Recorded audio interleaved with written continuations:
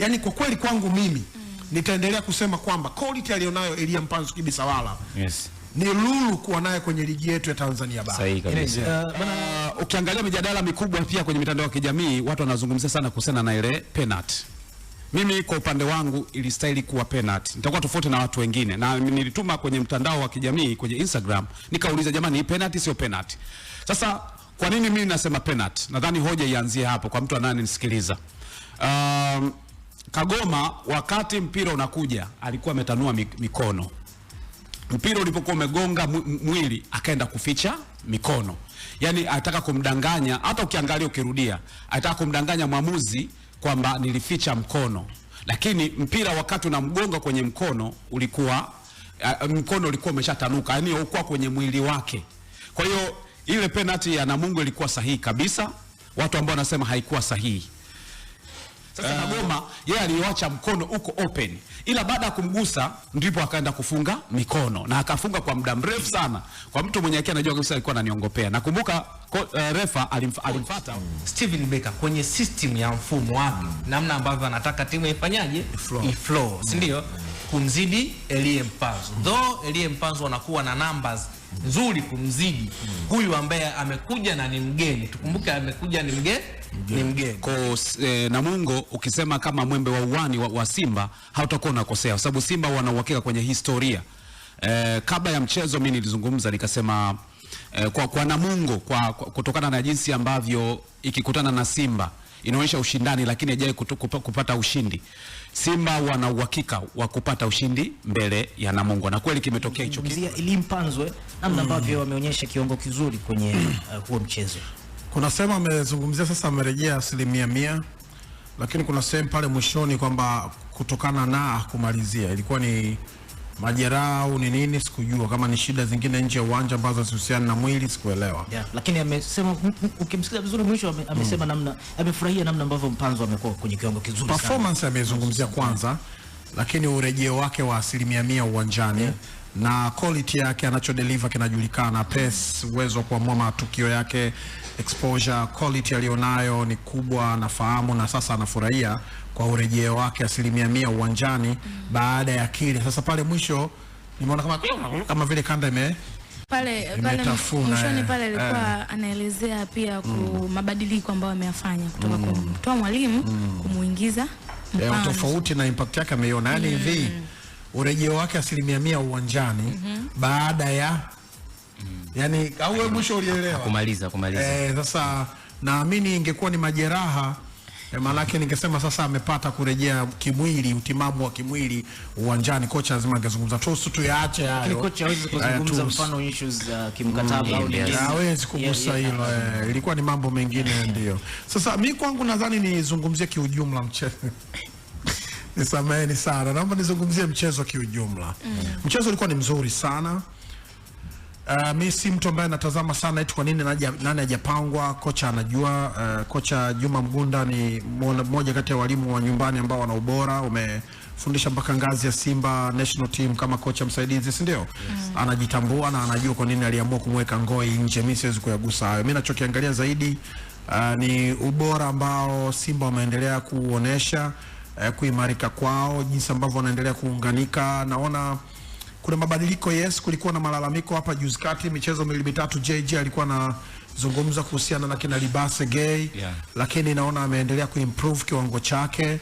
Pia niendelee kutoa credit kwa jinsi ambavyo Kibabage amekuja kumchallenge nani yule beki namba 3 Mligo, ameimprove. Nadhani maswali yanayoulizwa na Kibabage yanamtosha kuimprove kiwango chake. Mara nyingi wachezaji wengine ambao ni potential kwa umri au anikifika kwenye bar fulani alafu akaanza kudrop, ukimletea challenge yana improve kiwango chake haraka. Nakumbuka iliwahi kutokea hivyo Manchester United, kama mnakumbuka, aliletwaga beki mmoja ameenda Malasia anamzungumzia? Hapana. Aliletwa Mreno kama sio Mbrazili, sasa hivi ameenda kwa Ronaldo timu yake. Icarus. No, yule mzungumzia Alex Telles. Yes, aliletwa United alafu Luke Shaw akaimprove faster kiwango chake. Mara nyingi ukitaka kumkumbusha mtu majukumu yake, mletee challenger, si ndio So kwangu mimi nimependa Mligo anavyoendelea kubadilika, lakini backline nilikuwa na dhambi ya question anaitwa nani Toure anacheza na Rushen Deruk bwana yule Rushaina anajiamini yule yani anamuita beki njoo mpaka hapa afa nampa paja na tani anatoa kwa kipa anatoa vertical pass na I said that's nice lakini nadhani wale dominate sana kwa mara ya kwanza jana namsikiliza mtangazaji kauli ambazo nilikuwa zisikiza kina Said Mwinyi rest in peace muda mrefu sana miaka 90 mechi inachezwa nusu uwanja mnakumbuka hilo neno jana nilimsikia mtangazaji akitamka neno hilo nusu uwanja Simba walidominate sana walicheza mchezo ambao wa kusema sasa sisi ni timu kubwa tumekutana na timu ya daraja la chini kuelekea kati tuna calmness ya hali ya juu tunahitaji alama 3 magoli itabidi pale inavyopaswa kwa kwangu kwanza kwenye eneo la ulinzi natoa credit goli lilivyopatikana aliniumiza kichwa sana kwa sababu ya changamoto ya mkwaju wa penalty ambayo siwezi kuzungumza kwangu mimi haikuwa penalty atazungumzia VAR atagusa hilo la kwangu mimi kwa maoni ya general haikuwa penalty sababu ninazo kwa siwezi kuzichambua hapa lakini flow ya Simba inanifurahisha wanaendelea kuimarika hata wasipoweza kuwa title contender wa moja kwa moja ninawaona wananiahidi wanaendelea kuwa na timu bora na wanavyoendelea kurejea kama hivyo kina Mpanzu lakini natamani nione wakishindwa kwa Soa naamini wangekuwa na natural striker hata kama sio natural per se lakini mchezaji ambaye ana usharp zaidi pale eneo la ushambuliaji na hii inatupa kengele kwenye eneo gani unapopata quality kama ya mtu kama Mpanzu unampa majukumu ambayo sio yake na ana deliver hii inaenda mechi kama ya 3 hivi anapangwa kama force 9 na anatoa matokeo akicheza kama direct footballer ambaye hana mambo mengi anakukimbiza anaingia kwenye njia tena half space hakuwa kwenye eneo tena ni half chance ile ni mara mbili kwenye mchezo wa Singida ilikuwa namna ile na mchezo wa jana ile Singida alichomoka kwenye pinpoint lakini hii ilikuwa ni turn ame receive ball ametana kimbia mbio sana amecut in pale kwenye half space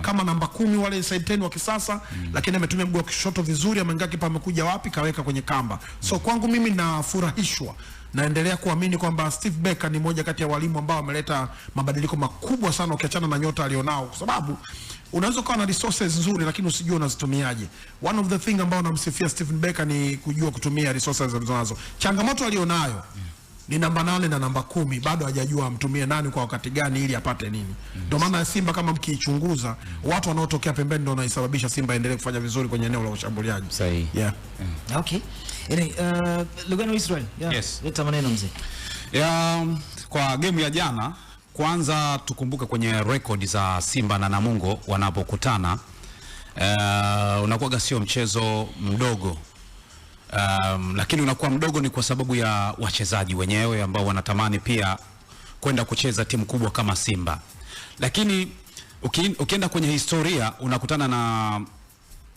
historia ambayo inaionyesha Namungo haijawahi kuifunga Simba hata siku moja kwa Namungo ukisema kama mwembe wa uwani wa Simba hautakuwa unakosea sababu Simba wana uhakika kwenye historia kabla ya mchezo mimi nilizungumza nikasema kwa Namungo kutokana na jinsi ambavyo ikikutana na Simba inaonyesha ushindani lakini haijawahi kupata ushindi Simba wana uhakika wa kupata ushindi mbele ya Namungo na kweli kimetokea hicho kitu lakini ukiangalia wachezaji ambao wako ndani wanajitahidi sana kupambana lakini ukiangalia wanachokipambania ni ile kila mmoja aweze kuifanya biashara yake iweze kukua inawezekana inawashinda kwenye quality ambayo wanayo Simba na wachezaji kwa hiyo muda mwingine matokeo yanatokea hivyo lakini ukija tena kwa Simba na uhakika wa kushinda kila mchezo kwa Namungo nimezungumzia historia hapana mara mwisho wamekutana mara 6 kwenye uwanja ule tu na Namungo amepata na Simba ameshinda mara 2 tu zingine zote sare sasa maana yake ni 40% kwa Namungo uhakika kupata alama kwa Simba kwa Namungo ni bora anapokuwa nyumbani dhidi ya Simba sawa kwa quality ya ngoja basi kwa quality ya Simba kupata matokeo mara 2 katika michezo 6 Namungo ni mshindi hapo nakumbuka kuna mchezo ambao wa ubingwa kabisa Simba alienda kwa Namungo alafu alikuwa na mchezo mwingine wa nusu finali ya kombe la FA dhidi ya Singida Chama akalalamika kuhusiana na rotation mwaka juzi kama mnakumbuka na alikosa alama 3 muhimu za kwenda kugombania ubingwa kwa kwangu mimi center back alikuwa ni yule center back wa sasa hivi wa Singida Black Stars thank you very much tukuingilie kwenye ndani yako issue ni kwamba mara nyingi nyuma nje ya mada inaonekanaga kwamba Namungo ni moja kati ya sehemu ambayo Simba ni comfortable kwao ni story tu hapana hata ushindi ambao kina John Rafael Boko alifanyaga comeback, nakumbuka huo ubingwa ule. Nakumbuka ule Mlanjize. Ilikuwa tough game kweli kweli. Anapata mechi ngumu kweli kweli pale Majaliwa Stadium. Yes. Nadhani nimezungumza ushindani wa wachezaji wanapambana, na nikazungumzia nikaheshimu kwamba pengine quality ya Simba na wachezaji wa Namungo, wachezaji nao wanatamani kufikia malengo yao. Nimezungumzia hapa ni ushindi. Kwenye upande wa sare sijazungumza. Sasa ukizungumzia yote walivyokutana, wamekutana mpaka mchezo wa jana ni mara 14. Si ndio? Katika mara 14 Simba wameshinda mara 8. Sare zimetoka mara 5.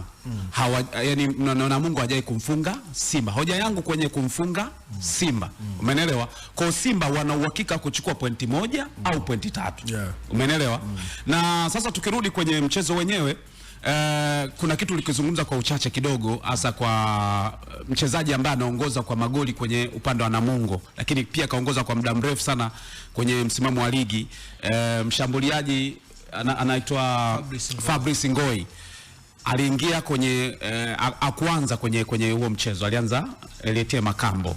Umeelewa? Inawezekana ikawa plani ya mwalimu, lakini Makambo alivyoingia naye akaenda kufunga goli la penalty.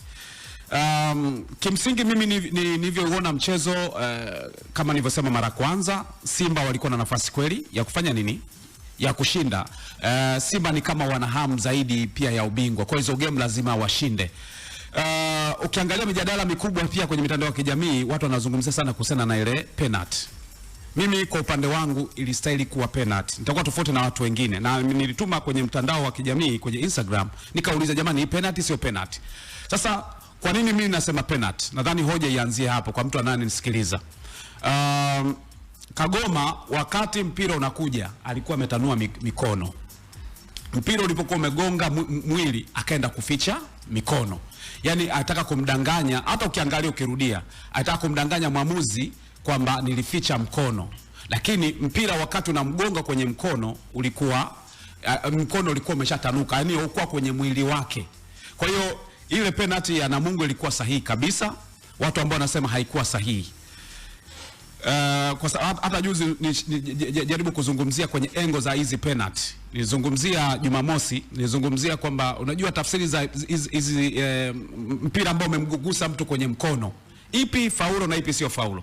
Mfano kuna siku pia tulizungumzaga na kinasizi hapa, mpira ukimgusa mtu kwanza kwenye kiungo kingine cha mwili, labda kichwani, ukaingia kwenye mkono, haiwezi kuwa faulo hiyo, si ndio?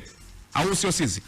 Lakini ikija pia ule mkono, mchezaji pale mpira unapokuja kwenye mwili wake, ukakutana mkono uko kwenye mwili, labda kashikiza mikono yake au kaikunja nyuma, maana yake ile mikono iko kwenye sehemu yake, hata ikimgusa kwenye mkono haiwezi kuwa faulo. Sasa Kagoma yeye aliacha mkono uko open, ila baada ya kumgusa ndipo akaenda kufunga mikono, na akafunga kwa muda mrefu sana. Kwa mtu mwenye akili anajua kabisa alikuwa ananiongopea. Nakumbuka refa alimfuata, kuna mtu alikuwa amemfuata nadhani Kapombe, akawa kama analalamika, alimwambia kwa kujiamini kabisa ile ni penalty. Kwa hiyo mimi katika ule mchezo wa Simba na Namungo alistahili kupata penalty. Watu ambao wasema pengine kwa penalty, mimi nasema penalty, lakini Simba ameshinda, na ndio maana inawezekana hajazungumza. Kama Simba pengine ingekuwa sare, ungesikia hapa wameonewa. Muda mwingine waamuzi wanazungumziaga vibaya tu, lakini mwamuzi wa jana amefanya vizuri. Kwenye engo ya penalty hiyo Mario Mshana. Unajua nimekaa hapa nilikuwa na preview. Natazama hii penalty ambayo imetokea. Anachokisemea Lugano ni tafsiri ya mwamuzi. Hata mwamuzi kina Kapombe alipomfuata kumwambia kwamba na Kagoma kaika mikono nyuma, mwamuzi kama anavyosema Lugano kwamba mikono aliachia then akaweka kwa nyuma. Lakini ukija kuangalia picha za marudio, za marejeo, zinaonyesha kabisa movement ambayo mpira inakuja, tayari Kagoma alikuwa mikono iko nyuma, sio, unanielewa? Then ule mpira umedunda chini, ndo ukamfuata nani? Kagoma, sio, unanielewa? Then ndo mpira ukaendelea na movement zingine za mpira, lakini ile ilikuwa si halali kwa sababu cha kwanza Kagoma mikono yake ilikuwa iko nyuma, cha pili mpira ulianza kudunda chini ndo ukamgonga Kagoma. Okay, yani maana yake ni kwamba alikuwa ameshaanza kashaweka mikono nyuma kabisa. Mikono hakuwa mwenye msaada wa kuongeza, kujiongeza kwamba akili alikuwa tayari nyuma, mikono iko nyuma. Mariam ana IQ sana. Unajua Mariam ana IQ kubwa sana. Yaani mimi nakupongeza sana. mpira ukianza kudunda chini alafu ukaenda kufuata mkono, hiyo sio penalty kwa sababu kulikuwa kuna haikuwa direct, sababu ulianza kwa mchezaji wa Namungo afu ukaja ukagonga chini ndio ukamgonga Kagoma, na Kagoma ukija kuangalia kwenye mechi za marejeo Kagoma kabisa inaonekana mikono yake ilikuwa nyuma. Baada hapo ndo ikabidi aache mikono baada ya kufilimba mwanmuzi. Alafu hapo kwa faida tena ule mpira ulikuwa unatoka nje ya box au unaenda direct, kwa hiyo yani baada ya kudunda vile ukavunja kabisa. Ndio maana wanasema kwamba wakati mwingine yani kuna maamuzi mengi sana ambayo Simba amekutana nayo kwake imekuwa ni maumivu. Yes, ni maumivu. Yani ni kama referees against Simba. Nitakuwa niko sahihi Mariam Mshana nikisema hivyo? Kuna upande unaweza ukawa sahihi, kuna upande unaweza usio sahihi, kwa sababu mchezo ni mchezo tu. Mwamuzi ndio anaaminika kwamba yeye ndio final katika mchezo wa kila kitu, kwamba yeye atakachoamua ndio hicho kinapoenda. Lakini kwa jana hakufanya vile inavyotakiwa. Kwa hiyo ilitakiwa Simba amalize na mabao 3-0. Yes. Sio 3-1. Kupitia moja kati ya balozi wapya wa Baraza la Kiswahili nchini, kwa maana ya mhandisi Harris Ali Saidi, anaita vikure.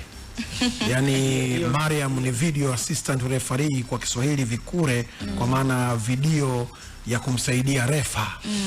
Mariam bwana tumpe maua yake, anajitahidi kupapasa macho yake vizuri. Na tuendelee kula mchicha bwana Lugano.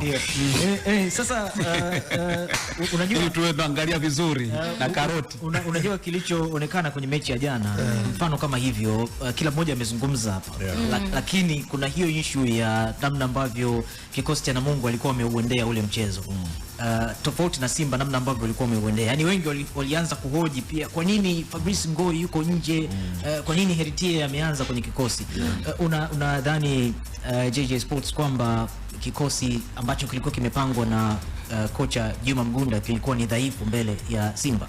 Hapana, hakikuwa dhaifu kwa sababu kuna baadhi ya moment pia, kama ulimsikiliza Mgunda wakati anasema kipindi cha pili pia waliutawala mchezo, na unaweza kuona kuanzia dakika ya 45 mpaka dakika ya 60 something hivi kama 70 uliona walikuwa kwenye mchezo.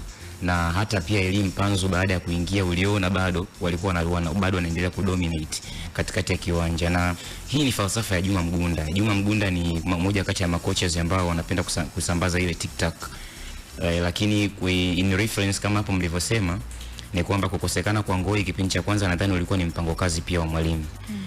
Ulikuwa ni mpango kazi kwa sababu kama unaona Heritier Makambo ni moja kati ya striker ambao tunaita ni standing strikers, ambao wale wanapenda sana kusimama eneo la box katikati. Tafsiri yake ni nini? Tafsiri yake ni kwamba itawafanya sasa Rushin Derek pamoja na Ismail Toure wasitoke kwenye eneo lao lile mara zote.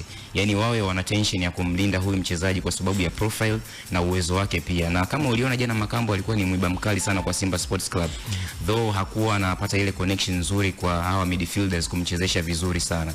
Lakini uliona umeona kwa mfano kama hii incidence ya Kagoma, kama ule mpira ungepita ungemkuta Makambo mbele, alikuwa anaonekana yeye yuko mbele. Yani kama faida ule mpira ungepita, Makambo alikuwa na uwezo na alikuwa na eneo kubwa sana la kuweza kudecide. Kwa hiyo ni moja kati ya mpango kazi. Na kwa nini kipindi cha pili alitoka? Kwa sababu alihitaji sasa ile ladha nyingine. Tofauti kati ya Ngoi na Makambo ni kwamba Ngoi ni moja kati ya strikers ambao wana uwezo wa kutembea kwenye maeneo yote. Yani yuko more flexible kucheza kulia, kushoto, nyuma kidogo na mbele. Kwa hiyo alihitaji ladha tofauti. Okay, hawa sasa naomba niwabadilishe wacheze kwenye rhythm tofauti. Sasa hivi wacheze kwenye rhythm ya kwamba huyu Ngoi akiwa na mpira, asipokuwa na mpira atakuwa na generate kasi. Kwa hiyo ilikuwa ni moja, lakini tukumbuke jamani, football ni mchezo sayansi. Na kama football ni mchezo wa sayansi, inahitaji kutoa sayansi. Maana kwenye physics kuna kitu kinaitwa work rate. Kwenye work rate inapimwa in terms of distance covered per time taken. Kwa hiyo ukiangalia timu nyingi ambazo zinafungwa na hivi vilabu vikubwa vimekuwa havifuati sheria hiyo ya work rate kiwanjani. Yani work rate ndio inakupa wewe mtazamo gani wewe kuweza kuishinda mechi. Kwenye work rate kuna vitu vinne.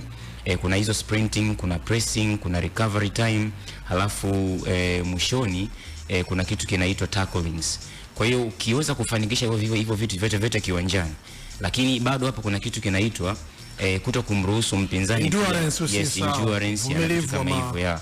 na kuto kumruhusu pia mpinzani kuweza kukua na mpira muda wote. Kwa hiyo ukiweza kucalculate hivyo vitu, na ndio maana wachezaji siku hizo wanavaa zile catapults hapa ambazo zinapima mchezaji amekimbia kiasi gani. Kwa hiyo pia inatoa definition ya kwamba timu yoyote inayohitaji kushinda inahitaji kuwa na sheria nzuri sana, hasa kwenye mpira wa kisayansi. Kwa ndicho ambacho amekifanya Simba jana. Yes, ndicho ambacho amekifanya Simba jana. Pale YouTube tuko live kwenye Sports Knockout TV sasa, kwa hiyo unaweza ukatukodolea match bana, tukiwa tunaendelea kuzungumza hapa. Kwako Godfrey Mlanjeze, Simba na mechi 19, sivyo? Na ukitazama msimamo ulivyo sasa hivi timu zote mechi ziko sawa, sivyo? Lakini mnyama yuko nafasi ya pili. Na kuna wakati alikuwa amelifikia gap la tofauti ya point moja, sio? Hesabu zilikuwa zinasoma namna ile. Lakini sasa hivi pointi zinazohesabika ni 5. Yaani hapo maji mafuta ndio tunasema yamejitenga. Kujitenga kwake ndio kama hivi. Yaani mmelingana wote idadi ya mechi. Lakini umeshaziliwa. Mechi mwisho 19 mpaka sasa hivi. Mechi 30. Bado 11. Bado lakini. Bado mechi. Ndio hivyo, usikwenda. Sasa ilikuwa na point, gap ilikuwa point moja. Unayozungumza sisi kwamba let's say likatokea la kutokea kwamba filimbi imepulizwa. Manake moja kwa moja Yanga anabaki kuwa bingwa, Simba anakuwa 5 hizo. Yes, nafasi ya pili. Na hata pia ukiangalia kwenye muhula wa urais, unaweza ukasema 5 chache, hebu chukua chapati kaka. Hata zile za Uswahilini hizo. Alafu iwe ni lazima. Kwenye mazingira ya kile ambacho kinaendelea, unaona kabisa Young Africans wamejisecure walau kwamba wana uwezo wa kutoka mbele na kuzungumza kwamba tuna kitu ambacho sisi tunaweza tukatamba nacho kuliko Yanga. Lakini mimi ni focus kwenye jambo moja. Tumeona Elie Mpanzu game 2 anaingia, na katika hizo game 2 amehusika game 3. Hii ya mwisho ya kuanzia Fountain Gate na hii ya Namungo. Amehusika game ya kwanza, ameshoot beki akajifunga. Maana yake alikuwa na uthubutu wa kuweza kufanyaje wa kufunga, lakini ya jana amefunga, si ndio? Kishababi kabisa. Yes. Na pengine angeweza kuondoka na assist pia. Yes. Mwishoni kabisa kuna cross ambayo alichonga. Yaani jamani, Kibaila dogo yule naitwa Kibaila. Yes. Samahani hatukuingilia Mlanjize. Ameongea kitu kikubwa. Kuna watu walilaumu, walikuwa kwenye V hapa. Alikuwa Morris na Maema. Nio. Jamani, kuna mtu yuko kwenye line ya mwisho ya goli. Wewe unataka mpira urudi nyuma na mabeki wako watatu. Yaani unataka kumkibisibiri Sahala angerudisha mpira tena vio wakati kuna mtu yuko mbele pale wa kutap in tu. Tuendelee bwana. Nadhani Elie alishaona kwa sababu ukimwacha tu yule kijana Kibaila, lakini kulikuwa na Anicet. Walikuwa wawili. Kuna dogo aliyekosa kufunga ni yule dogo. Ndio Kibaila. Yaani mbele yake tena. Ndio huyo Kibaila, yes. Tuachane na nongwa za nje ya uwanja. Tu focus kwenye issue ya performance ya Elie Mpanzu. Weka kibisawala. Yes, Elie Mpanzu kibisawala. Unajua kulikuwa na kelele nyingi sana kumhusu Elie Mpanzu kibisawala hapa katikati. Hasa nikianza na yeye mwenyewe juu ya performance yake, namna ambavyo anadeliver uwanjani. Tunazungumzia technically. Kulikuwa na kelele kwamba ni mchezaji ambaye anaweza kaungangania mpira kwa muda mrefu, haachii mapema. Lugano huwa anapenda kutumia vocabulary fulani, anasema overplay, ndio hicho kitu kimekuwa hata pia kikiwakwaza baadhi ya mashabiki, kwa sababu ndio huwa tunaangalia nao mpira.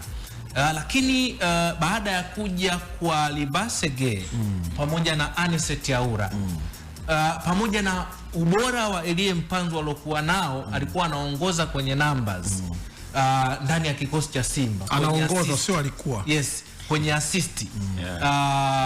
Lakini coach Steven Becker akachagua kuanza kwenye upande wa kulia na Libasege badala ya Elie Mpanzu ambaye alikuwa anatoa performance nzuri na alikuwa na numbers ambazo tunazungumzia zinaipa faida timu. Nini ambacho pengine Steven Becker alikiona na nini ambacho sasa hivi Steven Becker amekibadilisha kwangu mimi nakiona kwa Elie Mpanzu. Ukiangalia style of play ya Elie Mpanzu wakati kabla ya Steven Becker na ya sasa hivi ni Mpanzu wawili tofauti. Na kwa lugha rahisi Libase Gay amemtoa kwenye reli Elie Mpanzu. Kwa nini? Kwa sababu Libase Gay technically ana vitu vingi sana vya kumuofa coach Steven Becker kwenye system ya mfumo wake, namna ambavyo anataka timu ifanyaje, iflow, si ndio? Kumzidi Elie Mpanzu. Though Elie Mpanzu anakuwa na numbers nzuri kumzidi huyu ambaye amekuja na ni mgeni. Tukumbuke amekuja ni mgeni, lakini kwa kile ambacho Steven Becker anakitaka ndani ya uwanja kwenye mfumo ni Libase Gay alikuwa anamzidi Elie Mpanzu, na taratibu Steven Becker amemswitch Elie Mpanzu kutoka pembeni kuanza kukimbia na rifesi lango na amepunguza majukumu. Ukiangalia kwenye ile line ya viungo wa Simba kuna Anicet Yaura ni dribbler, una Libase Gay ni dribbler, afu pia yeye mwenyewe Elie Mpanzu ni nani? Ni dribbler. Kwa hiyo amempunguzia Elie Mpanzu kudribble kutokea pembeni kuingia katikati. Waache hawa wawili either kama tunaku accommodate na wewe ukiwa ndani kwenye kiwanja, waache hawa wawili wafanye kazi zako, lakini wewe kazi unayotakiwa kufanya wakati una dribble huo una rifesi lango. Maana yake ni nini? Kunakuwa na urahisi zaidi wa Elie Mpanzu kutoa magoli kwenye eneo lile, tofauti pia na wachezaji wengine hawa wa pembeni ambao wanafanyaje, wana dribble mpira. Kwa hiyo ni system ambayo imemtoa nje ya kikosi cha kwanza Elie Mpanzu na kumaccommodate Libase Gay, lakini ni hiyo system ndiyo ambayo taratibu inamuingiza Elie Mpanzu kuanza kudeliver hiki ambacho kwangu mimi credit kama alivyosema Justin Case, credit zinaenda kwa Steven Becker. Steven Becker ndiye anajua wachezaji wangu ana strength kwenye eneo gani na ana udhaifu kwenye eneo gani. Mimi si tofautiani na Mlanjizi, ila niko kwenye eneo lingine kuhusiana na kupunguza majukumu.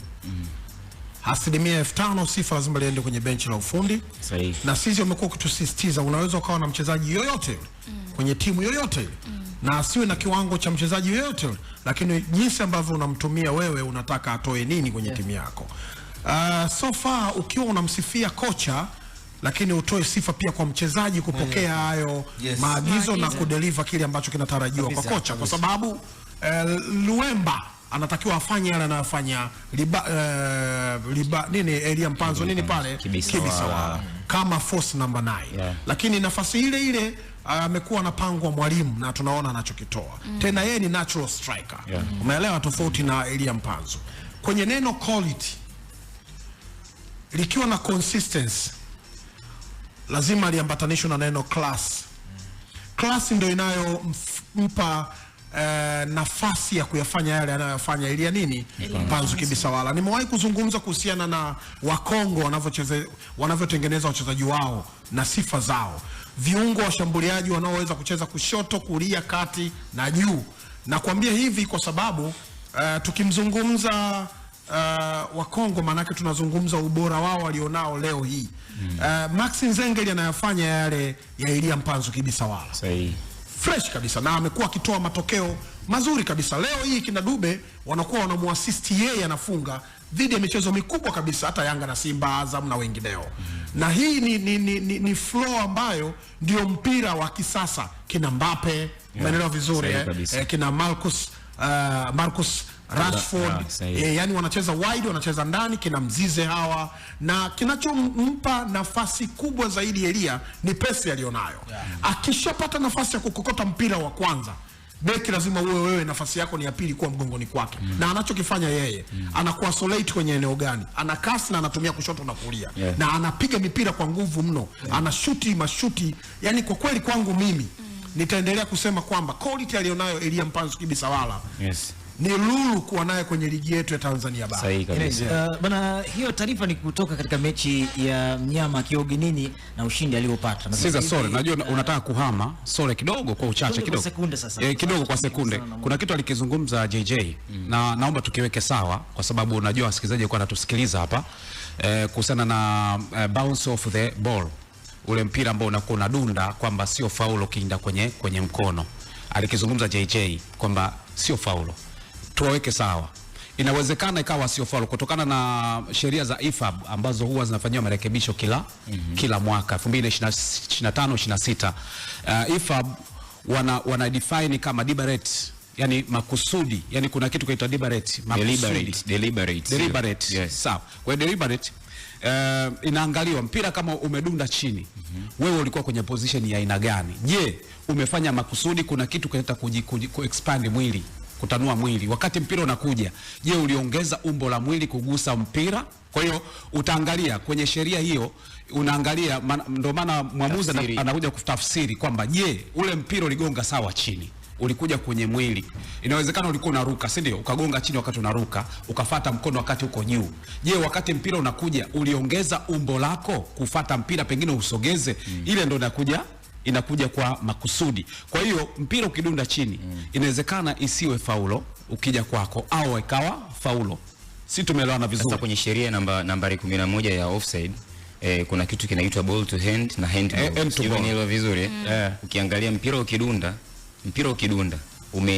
umeenda kudunda means kwamba ulibounce, ulienda kufuata nini? Mkono. Ndio hapo sasa inategemea na wewe uliongeza. Kwa hiyo kuna handball kama ingekuwa ni direct kwamba kagoma, yani baada ya mchezaji wa Namungo kupiga afu kaufuata ule mkono moja kwa moja, hiyo ndio ingekuwa handball. Si nimeeleweka hapo? Mnaweza kuwa of course ni sahihi, yani wote mko sahihi, lakini point is, mfano kwenye kila point ambayo mmezungumza hapo, kwa Yusuf Kagoma alijitanua? Hakujitanua, mikono ilikuwa kwenye natural position. Iwe fake, iwe alikimbia kumlaghai referee, vyovyote vile. Yes. Yusuf Kagoma mpira huo akuathiri. Sahihi kabisa. Kuelekea golini, yes. Akuathiri nafasi ya kuwa goli. Sahihi kabisa. Hakuwa na intention ya kuzuia kuwa assist. Yani kwa sababu tayari ulishapitia ardhini au pengine ungereflect ungeenda kumgonga mtu mwingine yoyote au uzo.